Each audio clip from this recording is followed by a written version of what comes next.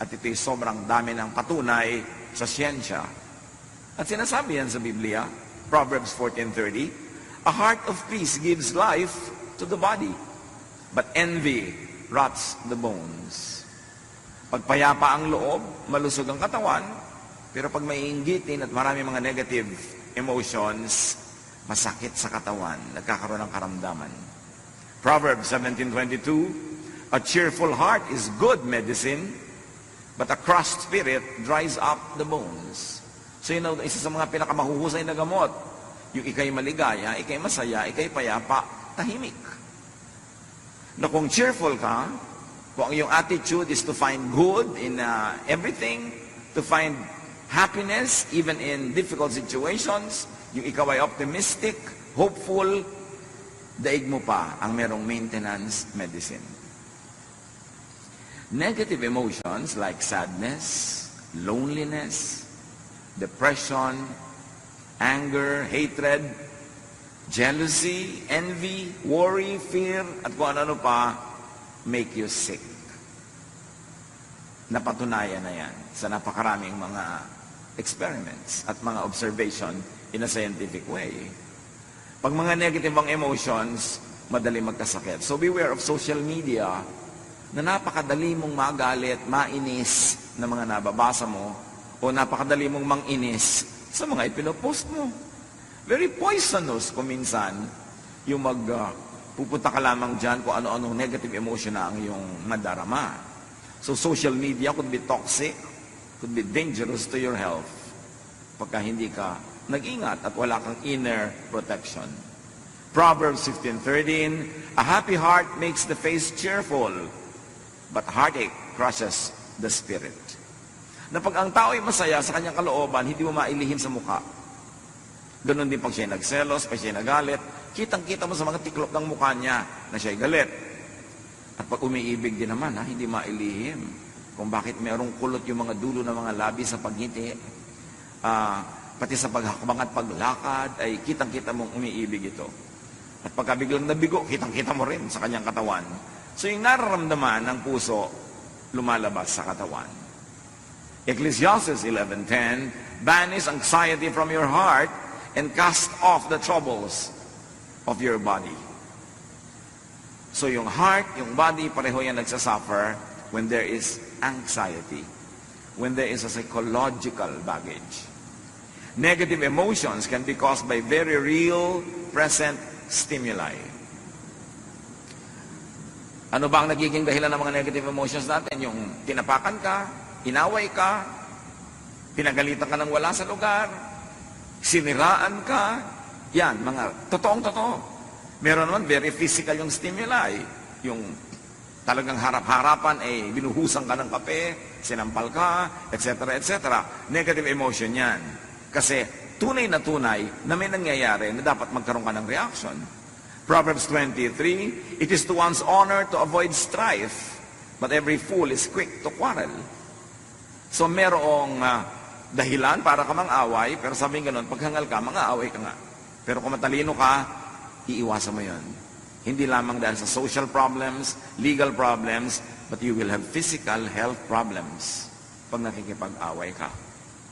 Proverbs 15:1 and 4, a gentle answer turns away wrath, but a harsh word stirs up anger. Word, salita, sound waves. Pero pag nadinig ng tenga mo, tataas ang iyong presyon, mapupuno ka ng mga energy para maging matapang at mapang-away dahil lang sa narinig ng iyong tenga. So you see how sound waves affects your brain and how your brain decodes it and turns your body into a warrior. At pagka nasa war-like mood ang katawan, toxic yon. Ang effect nun, later on, masama sa katawan na yon. The soothing tongue is a tree of life, patuloy ng verse, but a perverse tongue crushes the spirit. Napakadaling manakit ng damdamin. Magsabi ka lang ng isang salitang nakakainsulto, nakakagalit, salita na nakakasira ng reputasyon, magagalit na agad yung nakarinig nito.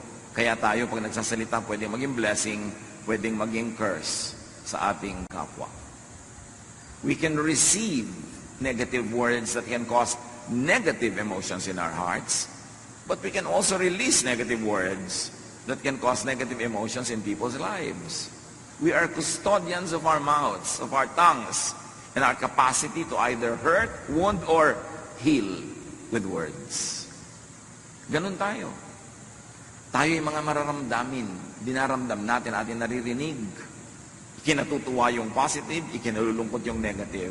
Kaya dapat mapili sa pinapakinggan at sa sinasabi. Negative emotions can be caused not only by real things that are happening, but also by thought, even without real present cause. Kahit hindi totoo, kahit hindi mo kaharap, kahit hindi tangible, audible, imaginein mo lang ang effect sa katawan mo, the same.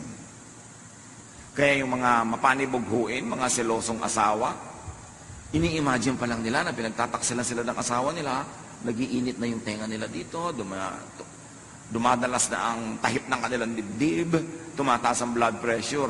Imagination pa lang yun. Kasi hindi kinikilala ng katawan ang pagkakaiba ng tunay na nagaganap at nung nagaganap lang sa ating imagination. As far as your body is concerned, whether it is happening in real life or it's happening only in your imagination, the effect on the body is the same. Kaya binabantayan natin ang ating iniisip. Ang daming teaching sa Bible about watching what you think of. Mark 7:21-22, for it is from within, out of a person's heart, that evil thoughts come. All these evils come from inside and defile a person. That evil could be an outright evil thought, evil ideas against others, or it's evil against your own body, your well-being, your peace of mind. And sabi diyan, it comes from within you. It comes not from others, but from within you. Proverbs 4:23, be careful how you think. Your life is shaped by your thoughts. Hindi ka biktima ng mundo. Kasi kahit may mga taong napuputokan na ng lindol at mga bulkan, kung ang pag-iisip nila optimistic and hopeful, hindi sila nawawala ng pag-asa, hindi sila nalulungkot, hindi sila bumibigay. Pero meron naman mga tao na blessing na nga ang dumadating, pero hindi sila kontento, lagi silang mareklamo, lagi silang naghahanap ng wala, magiging malungkot sila lagi. Malungkot ka kasi pinalulungkot ng sarili mong pag-iisip ang iyong sarili. Masaya ka, hindi dahil sa iba, kundi dahil masaya ka mag-isip at napasasaya ng isip mo kahit yung mga hindi naman masasayang mga tunay na nagaganap sa buhay. So it is all happening in the mind. The Bible calls it more often as in the heart. Ang iyong kasiyahan o kawalan nito, ang iyong ligaya o lungkot, depende kung paano ka mag-isip. Hindi depende sa nangyayari sa labas mo sa mundo. Be careful how you think. Your life, your health is shaped by your thoughts. Romans 10:9, if you declare with your mouth, Jesus is Lord, and believe in your heart that God raised Him from the dead, you will be saved. So here, the important message is, belief is thought and word that saves. Na pag nananalig ka, naliligtas ka. You see, what your thought can do, it can even save you. Because your faith saves you, and your faith is belief. Your belief is thought. You can think your way out of hell, and you can think your way into hell. You can think your way into heaven, into salvation, when you believe. Kaya napakahalaga kung ano ang pinaniniwalaan, kung sino ang pinaniniwalaan, at sino ang sinusundan. Kasi yun ang magbibigay ng hugis, kulay, at tunog sa iyong pang-araw-araw na buhay. Proverbs 23:7, for as he thinks in his heart, so is he. Kung ano ang tunay mong pag-iisip, Kung ano ang tunay mong pag-iisip tungkol sa iyong sarili, yun ka. Kaya napakahalaga na meron kang positive na pananaw sa sarili. Hindi naman para maging mayabang, hindi para maging mapagmataas, kundi positive. I'm a child of God. Mahal ako ng Diyos. Nagkakamali ako, nagkukulang ako, pero mahal pa rin ako ng Diyos. Pinapatawad ako ng Diyos. Gagawin ko ang lahat na magagawa ko para ituwid ang lahat, pero sa lahat ng kulang, pinupuno ako ng Diyos. Ang ending nun, masaya ka, kahit may kulang ka. Hindi mo ipinagdiriwang na kulang ka, kundi ipinagdiriwang mong merong pumupuno sa'yo. Your faith saves you. Your faith saves you not only from the punishment of sin, your faith also saves you from needless guilt, from worry, from fear. Kaya binabantayan natin kung ano yung pinapakinggan, sino ang sinusundan. Kasi pwede tayong sumunod sa isang katuruan o guro na dadalhin tayo sa walang katapusang guilt, sa walang katapusang accusation, sa walang katapusang pagsasabing kulang tayo, masama tayo. Ano mangyayari sa pag-iisip mo tungkol sa iyong sarili? Dumadali para sa mga masasamang espiritong pasukin ng iyong puso. Kasi maraming fear, maraming negative emotions. At yun ang kinakapitan ng mga masasamang espiritu. Negative emotions can be caused by remembrance of the negative past. Kuminsan, ang saya-saya mo na ngayon, maayos na ang buhay mo, pero maalala mo lang kung paano ka naapi ng bata ka, kung paano ka naabuso, kung paano ka na ganito at ganon, biglang nawawala ang saya mo, nagagalit ka, nagdaramdam, at meron pa, pwede kang itulak niyan para maghiganti, para gumawa ng mali, doon sa mga gumawa sa'yo ng mali, sa kadadali ng pag-iisip na yan. Aalisin ka niya sa blessedness, ibabalik ka niya sa state of curse. Kaya napakahalaga na yung mga negative past, ipatawad na, patawarin na, hugasan na ng dugo ni Jesus, itago na sa museum, huwag nang ungkat-ungkatin, huwag nang lagi pang bayaan na maka-apekto sa buhay natin araw-araw, kasi hindi ka dapat maging bilanggo ng nakaraan, lalo't kung ang nakaraan ay di naman kagandahan. 2 Peter 1:5-9, make every effort to add to your faith goodness, and may add goodness in thought, and to goodness knowledge in how to think, and to knowledge self-control, which we read as thought control. Pag pinipigil mo ang iyong isip, mapipigil mo ang paglago ng mga bagay na hindi karapat-dapat para ikaw ay mapasama, mapahamak. Pag nagsisimula ka na magalit, control your thought. Change the topic. Pag nagsisimula ka na uling lumabas na naman ng kutakot-takot ng mga negative things, control your thought. Because if you don't control your thought will control you. And as you think, you become. Kaya mayroong mga tao, sobrang magagalitin. Wala ka kwenta-kwenta, galit agad. Kasi galit sa mundo. Kasi marami na siyang galit na inipon sa kanyang puso. Para kumbaga sa puso niya, isang baso. Isang patak na lang, puno na, aapaw na. Kaya kahit sino yung makapaglagay doon ng patak na nakaka-irritate sa kanya, aawayin na niya, makikipagagalit na siya. Kahit walang kabagay-bagay. Kasi puno. Kaya dapat yan ipasa Diyos na. Kalimutan ang mga nakaraan na hindi maganda. Yung mga sama ng loob, yung mga itinatanim nating mga tampo, alisin na kasi lagi kanyang pahihirapan. For if you possess these qualities in increasing measure, they will keep you from being ineffective and unproductive in your knowledge of our Lord Jesus Christ, the knowledge that brings you into peace. True knowledge of Jesus Christ brings you in a state of peace, of serenity, of love. Sayang ang religion na 40 years na, 35 years, 34 years, tapos hindi ka pa rin payapa, hindi ka pa rin tahimik, ang dali mo pa rin matakot, ang dali mo magalit, at ang dali-dali mong mag-guilty na parang wala kang Diyos na tagapagligtas, parang hindi ka mahal ng Diyos. Sayang ang lahat na yung pagpupagod sa mga religious activities. But whoever does not have them is blind, forgetting that they have been cleansed from their past. Tayo'y nalinis na, napatawad na, at mayroong isang one wholesale paglilinis at patawad. Nung tinanggap mo si Jesus sa iyong buhay, nanalig ka sa Kanya, pinatawad na ang lahat ng daladala mo ngayon, yung kahapon at dadalhin pa sa kinabukasan. That's why you have passed from death to life.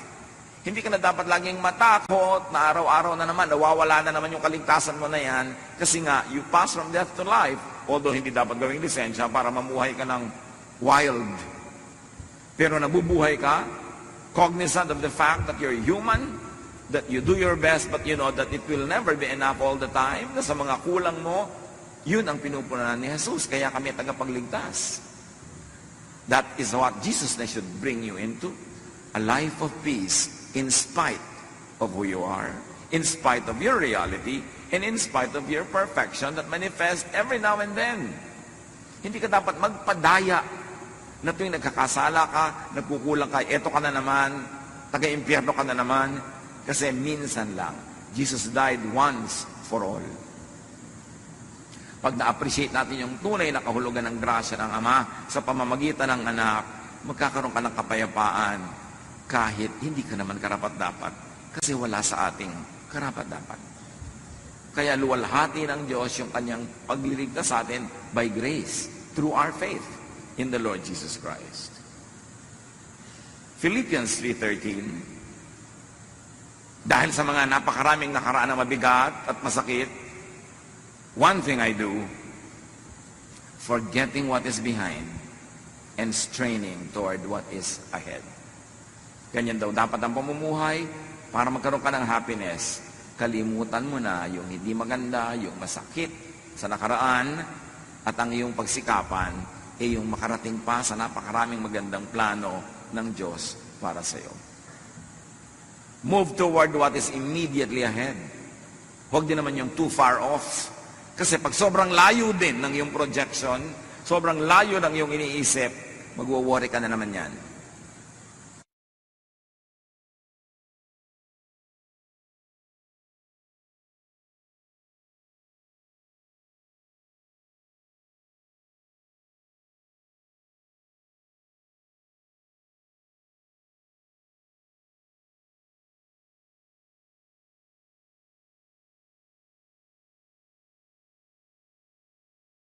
Permanent way. And that permanence is not dependent on your performance. It is dependent on the performance of Jesus on the cross. Kaya meron ka dapat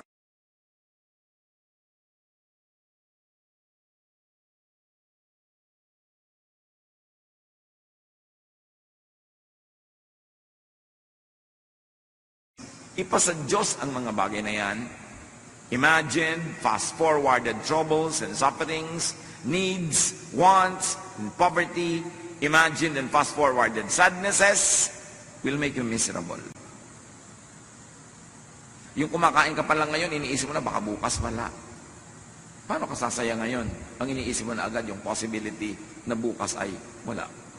Matthew 6:34, therefore do not worry about tomorrow. Sabi ni Jesus, for tomorrow will we worry about itself. Each day has enough trouble of its own. Ang grasya sa iyo ng Diyos, kasya para sa mga troubles of today. Pero hindi yan para sa troubles of tomorrow. Tomorrow's troubles will be accompanied by tomorrow's blessings.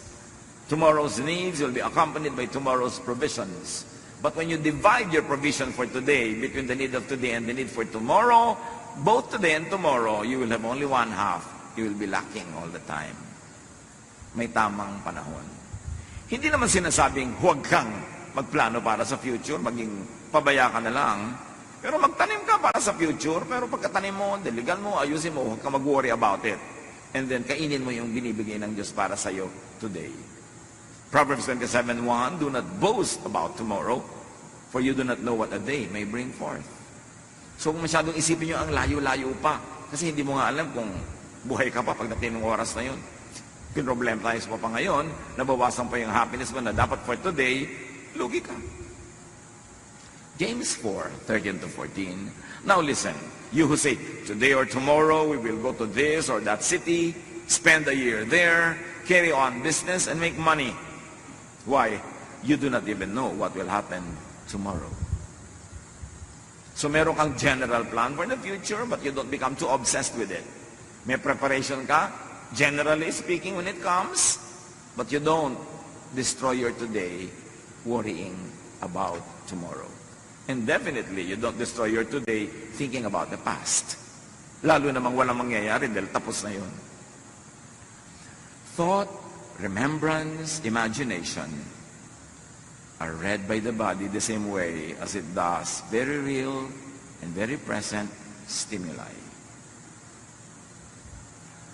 Yung mga guni-guni, mga gunita, mga imahinasyon, kahit hindi yan nangyayaring totoo, pag iniisip natin, ang interpretation ng katawan natin, totoong nangyayari. Kaya yung katawan, nagre-respond, sumasagot. Kaya kung iniisip mo isang bagay na nakakatakot, adrenaline is released into your bloodstream kahit hindi kailangan. Kaya pag nag-isip ka ng mga bagay na nakakatakot, nakakagalit, mamaya pagod na pagod ka, kasi yung adrenaline was released into your blood system. At ang ending noon, pagod ka. Bantayan ang iniisip. Yung mga nag-iisip ng problema, at least kung problema ang darating sa future, they suffer at least twice. They suffer now thinking about it, and they suffer pag dumating na yung oras na yun. Isa yan sa mga burdens ng pagmamahal. Pag may mahal ka, ang laging fear mo, baka siya mamatay. So kasama mo siya ngayon, baka siya mamatay. Pero buhay na buhay pa siya.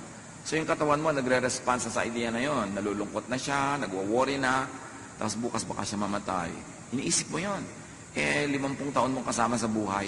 Isipin mo, 50 taon mong iniisip mo baka siya mamatay. So pag namatay na talaga yan, doon ka ngayon magre-respond na naman ng totoo. So 2 beses ka nag-suffer. Before and during. And the before could be a lot of days, a lot of years. Ang dami natin laging iniisip. Kaya kung minsan yung iba, nasa bakasyon, iniisip na ko pag uwi ko, baka marami kong problema. Huwag pa naman naisipin pag uwi mo na. Kasi nasa bakasyon ka, hindi ka nag-enjoy. Yung problema, ang iniisip mo, pagdating mo may problema nga, 2 beses ka nag-suffer. Paano kung pagdating mo walang problema? At least you suffered already once, imagining it. Yung pala naman, hindi mangyayari. Mga anak ng Diyos, isa yan sa mga dapat nating mapagsanayan to control our thoughts. Kung saan mo pinapayagang dalhin ka ng thought mo, doon niya dadalhin ang katawan mo, ang kalusugan mo, ang ugali mo at ang asal mo. The body reacts accordingly to your thoughts.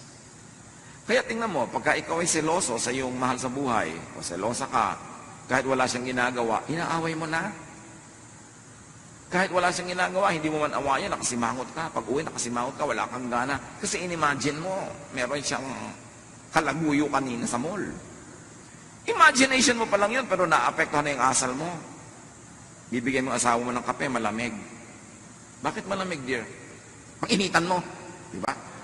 Bakit ka ganyan? Kasi ini-imagine ko may kasama ka. Yung ganon. Pero hindi mo naman siyempre aaminin na may ini-imagine ka. Ang masama nun, yung wala naman pala, nagdusa ka na. Ngayon, kung meron talaga, sabi mo, Pastor, paano kung meron talaga? Doon ka lang magdusa. Pag nalaman mo na. Pero hindi mo pa alam, nagdudusa ka na, di ba lugi ka niyan? Paano ko po mapaghahandaan? Wala naman talaga nakakapaghanda sa ganyan.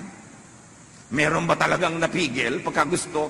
Naku, hayaan mo. Gumawa ka ng buhay mo, masaya ka, productive ka, para kung sakali mangyari yon, hindi ka pilay na pilay na pilay. Yan ang sinasabing, maganda ka sa future, pero don't be obsessed with the future.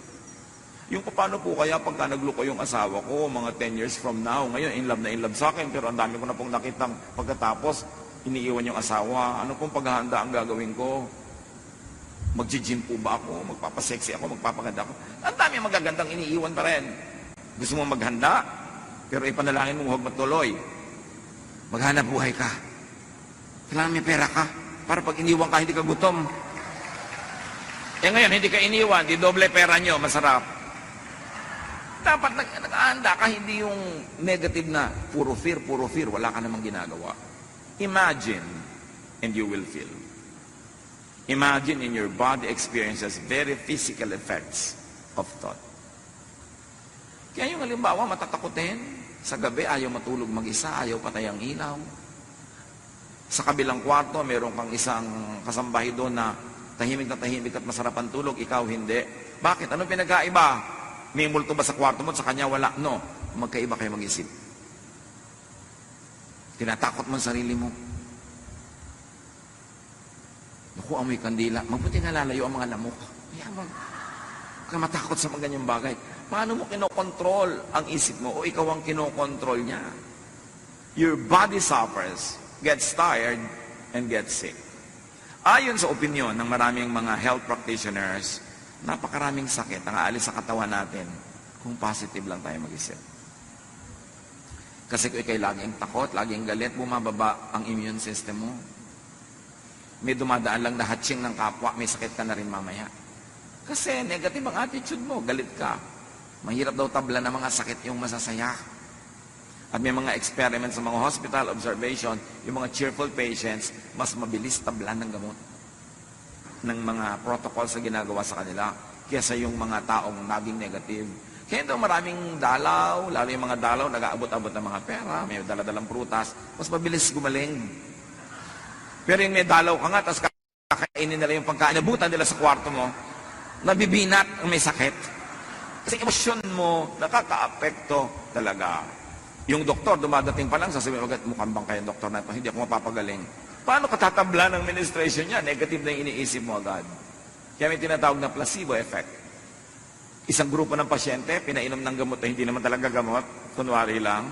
At yung isang grupo, pinainom din ng gamot na yon. Yung mga naniniwala na gamot yon, nanggalingan. Kahit hindi talaga gamot yung ininom. Kasi yung pananalig mo, yung pag-iisip mo, takes command of your body. That is the part of us that was made in God's image. There's power in our thought. There's power in our words. Kaya iniingatan din natin ating mga salita na hindi laging negative. Because by saying many negative things, we're actually praying in the negative. But saying very positive and encouraging and beautiful things actually are prayers. Even without the amen ending, prayer ang lahat ng iniisip at sinasabi ng tao. Hindi dinidelineate ng heaven yung statement, yung mura, yung prayer na formal at yung iniisip. Pare-pareho lang yung nagre-register. Kaya bantayan. Fix your sight, your attention, your thought on Jesus.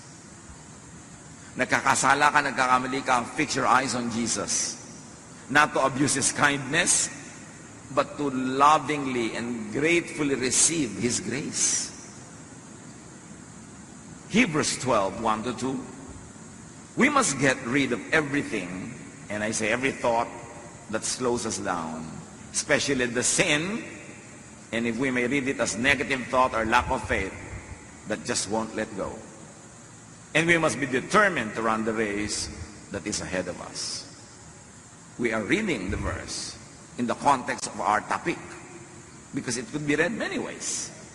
Dahil napaka-general and universal ng mga ideas that can find many applications in daily life. So we must get rid of every thought that slows us down, especially negative thought, lack of faith, na ipinagpipilitang maghari sa ating isip. We must keep our eyes on Jesus, who leads us and makes our faith complete.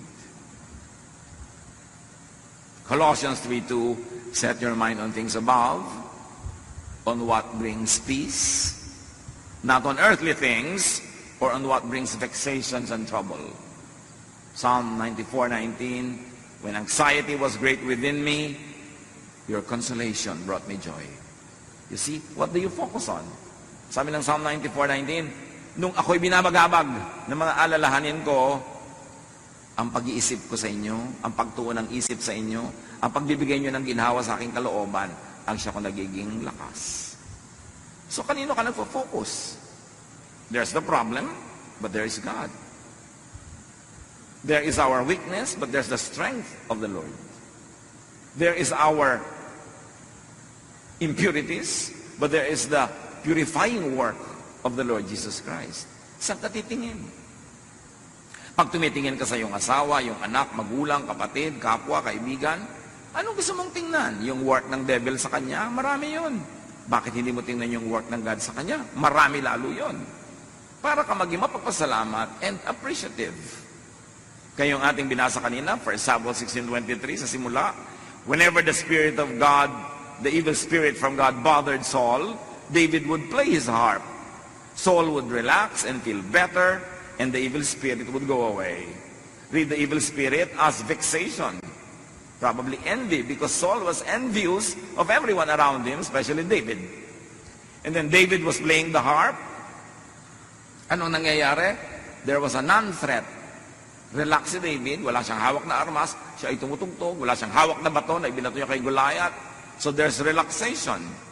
And when there is a non-threat, when there is relaxation, evil spirit goes away, meaning peace and rest come instead.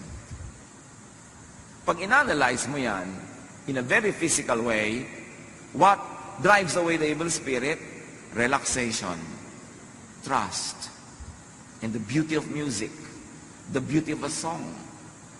Kaya napakahalaga ng arts sa buhay natin.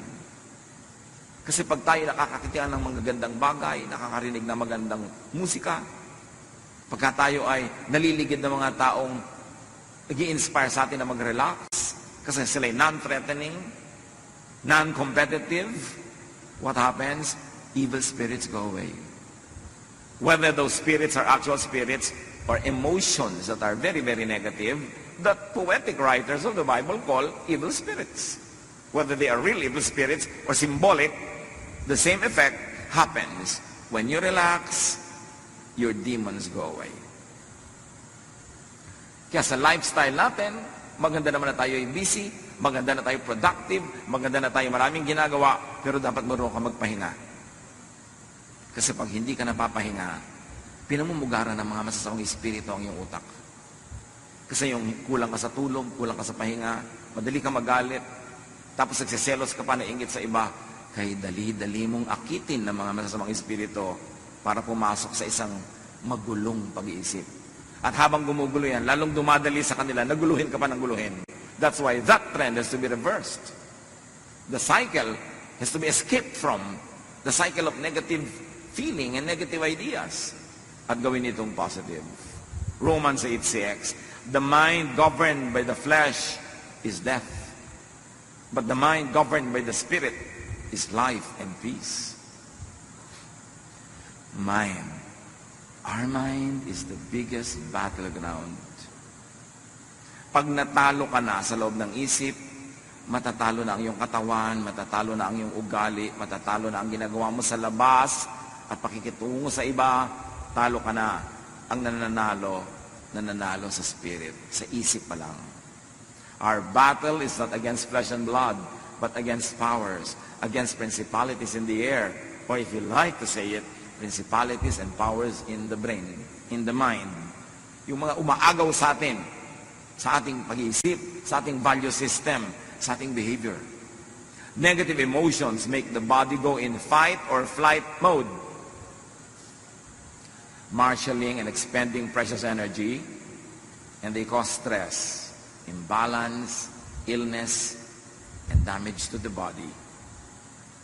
Mga kapatid, kung meron sa ating sakitin, may dumaan lang na ibon, may sakit ka na. May konting alalahanin lang, sobra ka ng inuubo, laging masakit ang ulo, masakit ang bewang, masakit ang paa, masakit lahat. Paki-review ang paraan ng inyong pag-iisip. Baka kayo malungkutin, madrama, masuspetsa, maselos, lalo mainggitin. Napakarami mga mainggitin, lagi may sakit. Hindi nakakapagtaka yun. Kasi ang inggit, parang anay yan na kumakain sa loob ng iyong puso. Magkakasakit ka. Hindi ka pwedeng mainggitin na hindi ka nagkakasakit. Kasi pagka tuwing umaasenso yung buhay nyo ng kapwa, sumasama ang pakiramdam mo. Mayroon nga mga Korean na nagsabi, because of their excessive progress or so-called materialism daw ngayon, whenever the house of your neighbor gets an extension, you have a heart attack. Dahil nagkakainggitan. Mayroon sobrang kompetisyon. Pag ikinalulungkot nyo ang pag-asenso ng kapwa, kakasakit kayo. Pagka gusto nyo masama ang mangyari sa kapwa, bago pa makarating sa kanya yung masamang thought, nasa loob na ng isip nyo, mangyayari na yun sa inyo in many ways. Anger, jealousy, envy is like acid. It destroys its container before it could destroy others. Kaya bantayan natin ang ating isip kung ano yung pinaglalagay natin dyan. Kasi dyan nagsisimula ang ating sakit o paggaling. Importanteng kontrolin yan. James 4:1, what causes fights and quarrels among you or within you in your person? Don't they come from your desires, from your feelings that battle within you? So you see, feelings that battle within you cause a lot of imbalance and will cause a lot of problem. Isaiah 40:30-31, even youths grow tired and weary, and young men stumble and fall. But those who hope in the Lord will renew their strength, will renew their thought, will renew their emotions, because those whose thoughts are in the Lord become well. They will soar on wings like eagles. They will run and not grow weary. They will walk and not faint. At ano lahat ang source nun? When you hope in the Lord. When you are positive. When you believe, you will have abundant, even above normal strength. You will run and not be weary. Sabi in a poetic way. You will always renew your strength. Why? Because you hope in the Lord. Nananalig ka, kumakapit ka sa Panginoon, madilim man, sumusunod kang nakakapit sa Kanyang nagtitiwala, dumadaan ka man sa mga hirap, alam mong may pag-asa, at lalabas ka rin dyan sa lalong madaling panahon. These are the people who emerge. Peter 5:8, be alert and of sober mind, which really means watch your thoughts. Your enemy, the devil, prowls around like a roaring lion looking for someone to devour. Or may I say, looking for a brain to colonize. Mag-iingat ka sapagkat ang kaaway mo, ang diablo, ay nagmamanman, naghihintay lang ng pagkakataon para pasukin ang utak mo. Para ka bigyan ng doubt, para ka bigyan ng galit, bigyan ng inggit, bigyan ng kung ano-ano, para masira ang diskarte mo sa buhay. At masira niya ang iyong katawan, ang iyong ugali, ang iyong relasyon sa mga tao. Sunod-sunod na yan, chain reaction. The mind is the devil's target. It is where the devil likes to dwell and rule. Kaya pag sinabi natin, thy kingdom come, thy will be done on earth as it is in heaven, we are saying, Lord, rule in our minds. Rule in our thought life. Kayo ang maghari sa paraan ng aking pag-iisip. Bantayan ko kung sinong pinatitira ko sa loob ng aking utak. So happiness is positive thoughts. Happiness is positive emotions. Ilagay nyo na ang title. Positive emotion. Hindi positive happenings. Kasi kahit positive ang happening, kung negative ang emotion mo, hindi ka pa rin happy. Pero kahit negative yung nangyayari sa labas, kung positive ang emotion mo, happy ka. So ang iyong kasiyahan, ang iyong kalungkutan, nasa iyong pag-iisip. Huwag mong sisihin ang mga Hapon at mga Kastila. Huwag mong sisihin ang buwan o ang mga planeta, nasa pag-iisip mo yan. And you must take control of your thought. You must never allow the devil to rule the way you think. Drive away negative emotions and do not give time and space for such negative emotions. Sabi ng James 4:7, surrender to God, resist the devil, and he will run from you. Tanggihan mo at siya'y dali-daling aalis. Hindi mo kailangan makipag-away sa kay devil, hindi mo kailangan makipagbuno sa kanya, tanggihan mo lang. Kasi pag tumanggi ka sa pangalan ng Panginoon, wala siyang kalakas-lakas para ipagpilitan ang gusto niya mangyari. Proverbs 16:32, whoever rules his spirit is better than he who takes a city. Ang tunay na kapangyarihan at lakas ay hindi yung makapagwagi ka ng mga digmaan at magapi mo at ma-occupy mo ang mga cities. No, ang tunay na lakas yung nakokontrol mo ang iyong sariling isip. Na pag naliligaw na yung pag-iisip mo, nagagalit ka na, umiimbento ka na ng mga kung ano-ano, pinipigil mo ang sarili mo. Hindi mo pinapahayaang mamulaklak, lumago, yung ganun mga negative thoughts. So very importantly, forgive the past. As if the past was a person. Forgive others. And also forgive yourself. Kaya maraming relihiyosong tao, mas nagiging sila, hati ang loob. And so many religious people, even the religious leaders, see psychiatrists. This is a fact. Because many religious people, laging hati ang loob. Kasi meron silang iniisip na moral standards na dapat nilang maabot. Tapos alam nila yung katotohanan ng buhay nila na hindi nila naaabot. Nagkakahati-hati ang loob nila. Nagpapanggap sila, nabubuhay sila sa pagkukunwari. Lalong nahahati ang loob nila. Lalo sila nagkakaroon ng mga psychological and emotional sicknesses. Kasi hindi nila nare-resolve na yes, God is holy. Yes, God is perfect. Yes, God is sinless. But God remembers that we are dust. Not a license to abuse it, but whenever your best falls short of God's glory, you know that God's Son, Jesus, His blood cleanses us from all sin. You know that when your best is not enough, it is filled with the grace and kindness of God. So you know that at any state in your life, whatever your actual spiritual accomplishment is, or lack of it, God loves you, and God takes care of you. Yun lang ang nagbibigay ng peace. Pag yan ang naunawaan mo sa iyong religiosity, yes, banal na banal ang Diyos, pero ang Diyos manaalala ng ikaw ay gawa sa lupa. Natatanggap mo yun. Hindi mo inaabuso, hindi mo ginagawang lisensya para sinasadya mo ng magkulang, pero alam mo sa iyong mga pagkukulang, pinupuno ka ng Diyos, doon ka lang matatahimik. Kaya pag hindi naintindihan ng tao yung Jesusness, the love of Jesus, at i-misinterpret na yon as a wrong teaching, encouraging sin, which is of course not what it should be, pag hindi niya yun naintindihan, magiging pabigat lang sa kanya ang religious belief. Magiging pabigat sa kanya ang religious membership and even a religious ministry.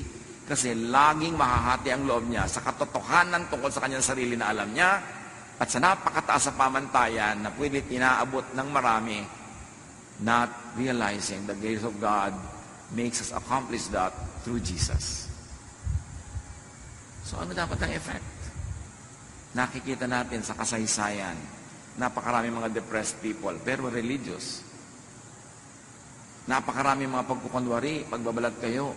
Kasi ang hindi nila nauunawaan, aside from God is holy, is that your faith, by the work of Jesus, makes you holy. That it fills all the kulang. Pero lagi kong idinidiin na hindi yung lisensya. Para huwag ka na gumawa ng tama, puro mali na lang, no. Sa pagsisikap mong paggawa ng tama, kulang at kulang pa rin yan. God remembers that we are dust. That's when the grace of God is your shelter, is your protection. And when you understand that and live in the spirit of peace and rest because of the work of Jesus, that's when you can have peace. Doon ka matatahimik. At yun ang pangako ni Jesus, my peace I give to you. Come to me, I'll give you rest. Paano ka magkakaroon ng peace and rest kung lagi kang uusigin ni Jesus dahil may kulang ka? Kundi, no. The blood of Jesus cleanses us from all sin. Ephesians 4:31-32, get rid of all bitterness, rage, and anger, even that which is directed against yourself. Kasi marami mga tao bitter against themselves, overly guilty about their imperfection. Ang nangyayari, nahahati sila. Nagkakaroon ng schizophrenia. That's why many religious people are psychiatric cases. Hindi nila napagdudugtong yung kabutihan at kabanalan ng Diyos at yung kanilang pagiging tao na habang sinisikap nilang maging kawangis ng Diyos sa lahat ng mga bagay na kulang sila, pinupuno yun ng pag-ibig ng Diyos. So sabi, be kind and compassionate to one another, forgiving each other, just as in Christ, God forgave you. And of course, you should never fail to include yourself. Be kind and compassionate to yourself, forgiving yourself, just as in Christ, God forgave you. At ganon din ang gagawin natin because you have to love your neighbor as you love yourself. So you are kind and compassionate and forgiving also to your neighbor. How else do you have happiness through positive emotions? Do not worry about the future. Worrying will not help. Plant a seed, but do not dig it to see if it's growing. Plant it, take care of it, and then go on with your daily life. Philippians 4:6-7, do not be anxious about anything, but in every situation, by prayer and petition, with thanksgiving, present your requests to God. And I like you to focus on the thanksgiving. Because the thanksgiving is how Jesus prayed. I thank you, Father, that you heard me. Ganun na agad. Nagpapasalamat because wala siyang duda na mabait at mabuti ang Diyos. At ano daw ang bunga pag ganon? And the peace of God, which transcends all understanding, will guard your hearts and your minds in Christ Jesus. Malinaw yung transcends all understanding. Magkakaroon ka ng peace kahit lahat ng logic tells you that you should be bothered and troubled. It goes against logic. But yes, God will give you that peace when you trust in Him. So be positive, be hopeful about the future. Huwag yung gamitin ang relihiyon na panakot about the future. Be positive and hopeful about it because God said, I will never leave you. I will never forsake you. Romans 12:12, be joyful in hope. So we fix our eyes not on what is seen, but on what is unseen. Since what is seen is temporary, but what is unseen is eternal. Mahalaga na mag-focus tayo doon sa sinasabi ng Diyos, hindi sa nakikita lang natin sa ating paligid. The unseen is more powerful than that which is seen, because what is seen is only physical.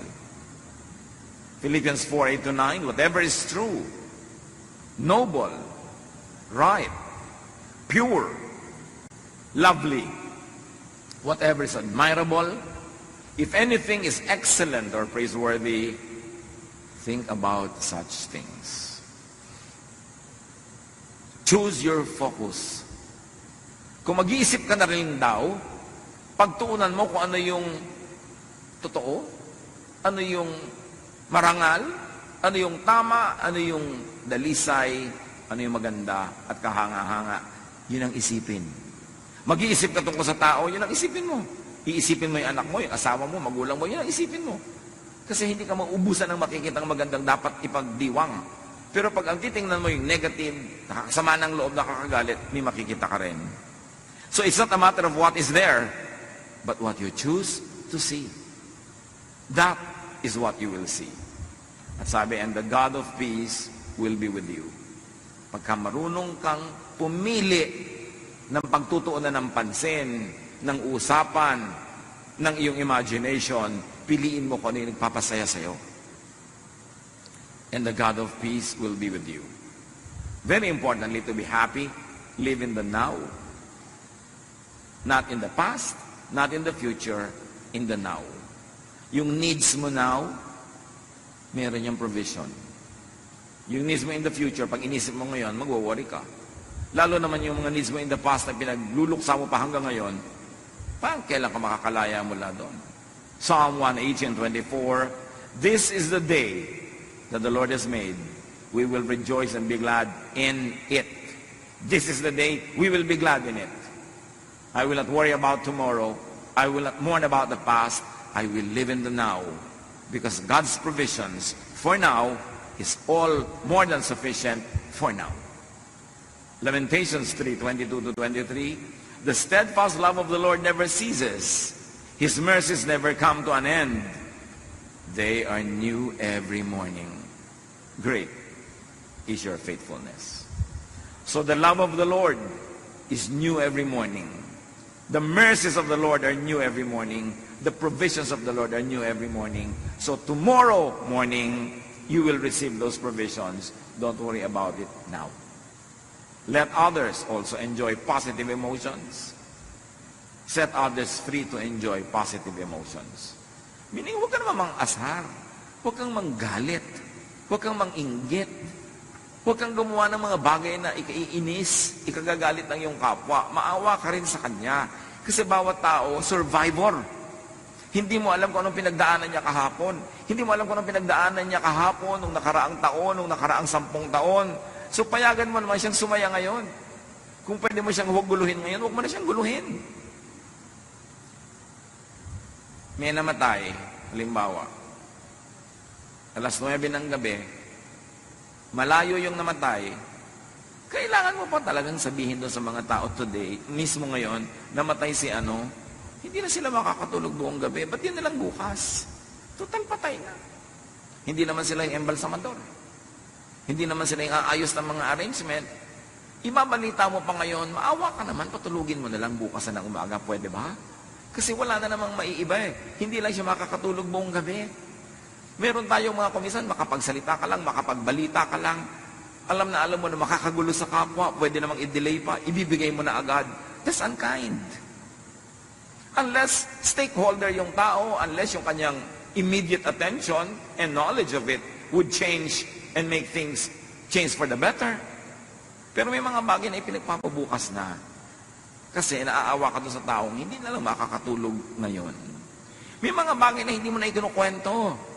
Yung mga, alam mo ba, doon sa kabilang mesa, pinag-uusapan ka, ganito ka daw, ganon. Ano magagawa niyo doon sa mga matatabil na dila na yon? Tapos itong tao, masaya, gagalitin mo, mawawala yung saya niya dahil pinaadating mo sa tenga niya yung mga nakakagalit na bagay na malaman man niya't hindi, cannot change the universe. Ibabalita mo lang sa tao yung negative kung nanganganib ang kanyang buhay at meron siyang dapat gawin para maligtas o meron siyang pwedeng magawa para ayusin ang situation. Pero for the sake of just being informed, maawa ka sa tao na kumisan sandali na lang siyang sumasaya, bihira na lang ang panahon na siya ay makapahinga, bubuhusan mo pa ng mga bagay na negative, yung isip niya, balik na naman siya sa gulo. We should be kind to one another. Hindi yung ma-unload mo lang yung problema mo, ay naku, salamat naman, gumaan ang loob ko, nasabi ko sa iyo, oo nga kasi loob ko ang bumigat. Gumaan nga ang loob mo at may expense.